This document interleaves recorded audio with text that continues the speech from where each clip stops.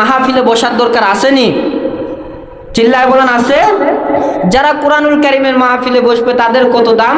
রাসূলুল্লাহ সাল্লাল্লাহু আলাইহি ওয়াসাল্লাম বলেন, যারা কুরআনুল কারীমের মাহফিলের ভেতরে বসবে আল্লাহ পাক রব্বুল আলামিন তার উপরে খুশি হয়ে তার জিন্দেগীর সমস্ত সগীরা গুনাহগুলোকে মাফ করে দিবে। সুবহানাল্লাহ। আর যদি কোনো ব্যক্তি বসে হুজুর যেই কথা বলবে এই কথাগুলো যদি শুনে আমল করার ইচ্ছা করে, অন্তরে যদি আমল করার ইচ্ছা করে যে হুজুর যেই কথাগুলো বলছে এই কথাগুলোর উপরে আজকে থেকে আমি আমল করব, তাহলে আল্লাহ রসুল সাল্লাল্লাহু আলাইহি ওয়াসাল্লাম বলেন এই নিয়তটা করা মাত্র, এই অন্তরের ভিতরে শুধু ধারণা করছে, এই ধারণা করা মাত্র এই নেক কাজগুলো করলে যে সওয়াব পেত এই সওয়াবটা তার আমল নামায় আল্লাহ তাআলা দিয়ে দিবে। সুবহানাল্লাহ। তাহলে আমরা যারা কুরআনুল কারীমের মাহফিলে বসছি আমরা খুশি না বেজার? আর যারা বাইরে ঘোরাফেরা করতেছে এদেরকে